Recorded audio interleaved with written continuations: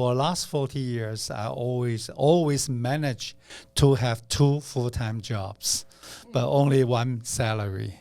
Oh, why? Because the government borrowed me from the university, so I can only have 1 paycheck. Okay. But I have 2 full-time jobs. So I think that's you can call it a labor of love. But it's quite interesting because I've been working for the government, but actually, meanwhile, my graduate students working on their thesis. So whatever the problem government cannot solve, my students developing the knowledge and develop the tool. For example, we call it constructive wetland. I using a very ecological system to treat our wastewater, and that was the thesis of my students. So I have a privilege combine the updated knowledge with the operation of the government. So after that many years, we come up with so many very successful theory and practice, and meanwhile be applied in the real field. So I always play the bridge between the research and government operation. Okay, so what you mean is like when the government has some issues and they can pick your brains by adopting some of your approach in the teaching field. And in our culture, we used to borrow professors from the university and become a government officer. I'm a civil engineer, hydraulic engineer. I can identify what is going to be needed. For example, there's a very severe flood all over the world, so we have to redesign our city. So starting 10 years ago, I have already asked my students, do the literature survey, is there any very successful examples all over the world? And then we're doing the experiments and come out with the design code, how to design a low-lying park so that it can be function as a detention basin, how can design a paveway, a road, so that the water can penetrate underground. So after 10 years, my student graduate, they got their degree, and I come up with the design code, and I give it to my colleagues, say, hey, this is already there. So you can, we change the policy, and we can ask the contractor, say, from now on, you want to build a new projects, please, based on this principle. So that's why now you can see there are so many different new buildings, new construction sites already implement our new knowledge. The Netherlands 5 meters below sea level. So actually flood is a very critical issue for that country. So they build a park, but they have to make sure the park is low lying. That means the water when the rainfall comes, they become plates as a storage. Da'an Forest Park. The Chinese style park is always, we like to have a jiasan, a mountain, a hill. That means if you don't have a park there, park can preserve the water. But you make the elevation higher than the neighboring, the society, the community. That means when the rainfall comes, the park cannot store the water, and the water will flow to the neighboring and cause the flood problem. So using the water park concept, that means we have to redesign our park. And that function as a park, as a detention basin, and as a habitat area for the birds, for all the species. Netherlands, in the past, they are very proud of their so-called delta works. So they can protect the whole Netherlands with the high dike, all kinds of very expensive, fancy infrastructure. And they used to be so proud of it. And starting 2005, they come with the new concept called Climate Proofing the Netherlands. Tells you that due to the global climate change, what if the sea level raise 1 meter? Then actually nothing can protect you. So they come up with the policy called room for water. That means for a certain place, they just remove the dike, let the water flow in.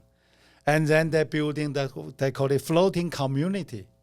That means their future community is underwater, and they enjoy being live with water. So they already have so many successful floating community. Actually, we have been in this island, indigenous, except all those indigenous people, so-called Han people. We come to live in this island, the longest about 400 years, the shortest about 80 years. But our mindset still in mainland China. We're still a very continental way of thinking. So our culture, our religion, our behavior cannot be merged with this island. So this actually, I think we should start promoting the concept. We should learn to know the island and be familiar with the island and redesign our house, redesign our tourist activity, and redesign everything. And that they take generations. 英文学不好，因为你还没吃过 FUNDAY 新闻、商务、生活对话，每天10分钟就能进步。现在就来体验学英文，超简单。Yeah, you just mentioned that you're an expert in hydropower field, Yes. the field of hydropower. Can you name one of your most remarkable achievements in this field, where you combine the efforts abroad and in Taiwan? Like, is there any achievement for you? Yeah. Actually, hydropower was very popular when I was a college student. That means 50 years ago. At that time, we built nowadays the Guguan Dianchang, the Guguan Ba, and the Daji. We built a series of hydropower stations in the Dajia River in Taichung area. And now in Taiwan, actually, unfortunately, we have already built all the sites. So the water power is not that popular in Taiwan anymore. Still, all the power stations still function, but the percentage is relatively low. Lower than solar power? No, solar power, I think probably about the same. Probably about the same. So solar power, they're still growing, and the hydropower just stay there because there's no good dam site. But I'm now promoting called small hydropower. Small hydropower. That means we don't have to build a high dam to get the elevation so that the water can generate power. There's a low head generator. So that means in the irrigation canal, water is flowing, the discharge is very steady. We put a small turbine that can still generate power. So in Taichung, I have already helped them building one to several small hydropower station there, and that they can generate some electricity. And the most attractive thing for nowadays for Taiwan is they can generate, we call it green power certificate, 绿电凭证. For example, the site in Taichung close to Sigang, they generate power, then they can come out with 2,000 the green energy certificate, and that is of market value. So I already asked them to sell it to one of the semiconductor factory because they need that kind of certificate to reduce their carbon footprint. And actually some of the developing countries still hydropower is the major. They built the Three Gorges Dam. Actually, it's one of the largest infrastructure human being can build in the recent history.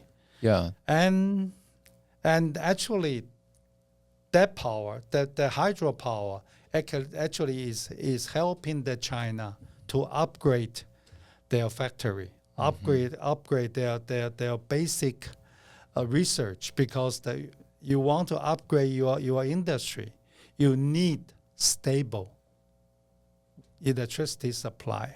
And Three Gorges Dam, such a huge power generation, really helped them to upgrade their industry and also solve their flood problem.